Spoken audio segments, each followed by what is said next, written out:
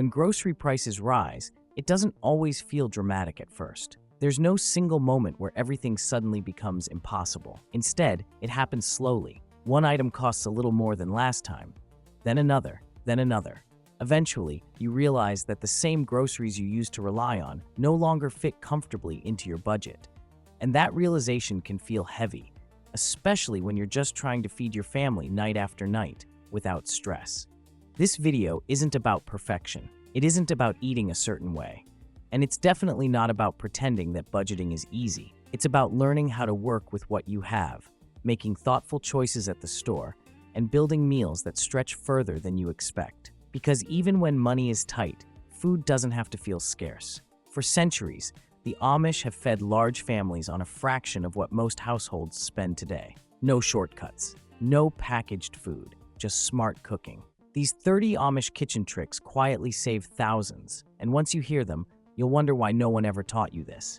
Buy ingredients in bulk, but store them like they matter. Bulk buying is presented as one of the Amish foundation habits because it changes the math of your kitchen. Instead of paying premium prices for small bags of flour, sugar, oats, beans, and rice, Amish households buy larger quantities and build a pantry that can feed a family without constant store trips. The transcript emphasizes that the first time you do it, the pantry can look overwhelming, like you're stocking up for winter, because honestly, you are. But the payoff is that your cost per meal drops fast, and you stop getting trapped by convenience pricing. Bulk buying reduces packaging waste, which the Amish naturally value because it aligns with their overall use less, waste less mindset. The practical warning is storage. Flour hates humidity, oats attract pests, and anything that's left open becomes an invitation to waste. Amish wisdom here is simple. Airtight containers are your best friends. You might spend more up front, but it becomes predictable spending instead of constant, expensive refills. And once your pantry is stocked, you're less likely to buy overpriced shortcut products because you already own the building blocks for bread, soups, baking, snacks, and simple mixes. Bake bread at home and stretch the dough into more meals. Homemade bread can cost around 50 cents per loaf, while store-bought loaves often run $3 or more. But the real savings isn't only the price per loaf, it's what that same dough becomes once you stop thinking of it as just bread. One batch can turn into pizza crust for a Friday night dinner, dinner rolls for Sunday, or cinnamon rolls when you want something special without paying bakery prices. Is refrigerating dough for up to a week, so you're not committing to a huge baking day every time. You're simply keeping a ready-to-use base in your fridge. That reduces impulse buying because you always have something fresh to bake when you need it. Flour, water, yeast, salt. No mystery additives, no preservatives. Kneading, time, and attention create better food for less money. And once bread becomes routine, it also supports other saving strategies. Leftovers get repurposed better, soups get thicker and more filling, and cheap meals start tasting like comfort food instead of struggle food. Grow your own food, even small spaces count. The Amish benefit from generations of growing what they eat. Even a few pots on a windowsill or a small backyard garden can cut costs in noticeable ways, especially with herbs and high-use produce. Tomatoes, lettuce, beans are chosen because they're forgiving, reliable, and give real returns. Seasonal savings of roughly $50 to $200 depending on what you grow and how much space you have. When you grow extra zucchini or tomatoes, you end up sharing, trading, and building relationships the way Amish communities naturally do. That's why the bag of zucchini joke lands, because it's true. Gardening produces surplus. The deeper message is that growing food connects you to the rhythm of seasons, which also trains you to shop differently. You start thinking in cycles. What's cheap now? What's plentiful now? What can be preserved now? Even herb growing alone adds up fast, since store herbs can cost $5 a bunch and go bad quickly. If you're trying to lower your grocery bill, starting with the basics you use most often, because repeated savings beats one-time savings every single time. Purpose leftovers turn old food into new meals. They don't treat leftovers as sad, second-rate food. They treat them as ingredients waiting for a second job. Slightly stale bread isn't trash. It becomes breadcrumbs for coating chicken, croutons for salads, or bread pudding that tastes like an intentional dessert. Vegetables hiding in the crisper aren't almost bad. They become soup, casserole, or a throw-together skillet meal that often tastes better because it's layered and hearty. Even cereal crumbs at the bottom of a box get reused as a crunchy coating.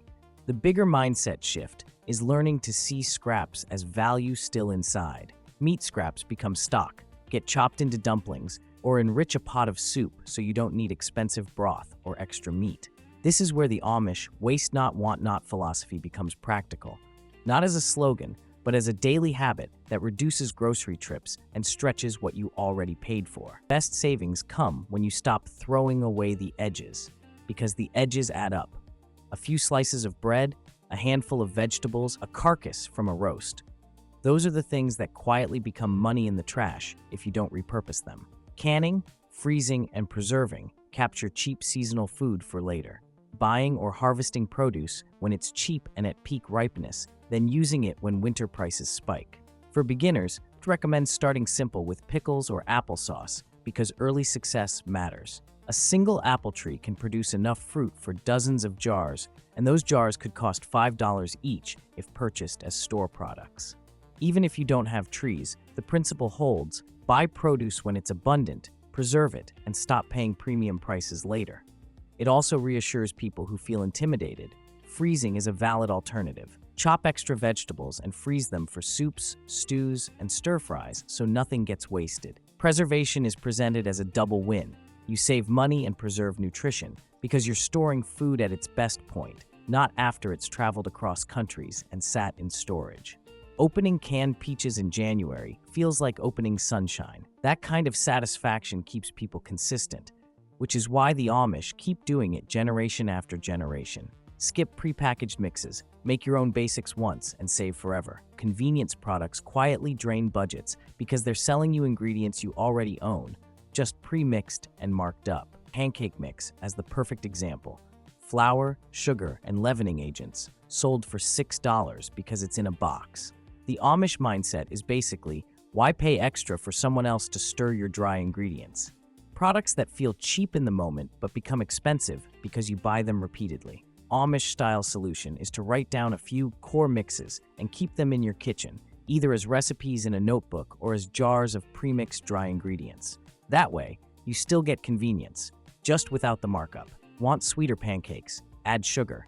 Want stronger taco seasoning? Add chili powder. Homemade mixes remove the weird, unpronounceable additives and make your pantry feel more powerful because you stop needing special boxes for every craving. When you know you can make the mix yourself, you stop being dependent on brands and aisles. Your kitchen becomes the store. And once you start doing it, it's one of those habits that keeps paying you back every time you cook. Master one-pot meals and slow cooking. Cheap ingredients, big flavor, fewer dishes. The main idea is that one-pot meals stretch cheap ingredients into multiple servings, and slow cooking transforms lower-cost cuts into tender, flavorful meals. A basic example is chicken thighs with potatoes, carrots, and seasoning. You put it all in one pot, and suddenly you have dinner for several days. This matters because thrift often fails when food feels boring or small. One-pot meals solve that by creating hearty, comforting portions that feel complete. Each ingredient contributes to the broth, so the whole dish tastes richer than what you started with. Even better, these meals often taste improved the next day, which makes leftovers a feature instead of a compromise. Fewer ingredients, less cleanup, less energy, fewer dishes, and fewer "I'm too tired, let's order takeout" moments. Tough meat gets cheaper because fewer people want it, but low heat breaks down collagen into that melt-in-your-mouth texture.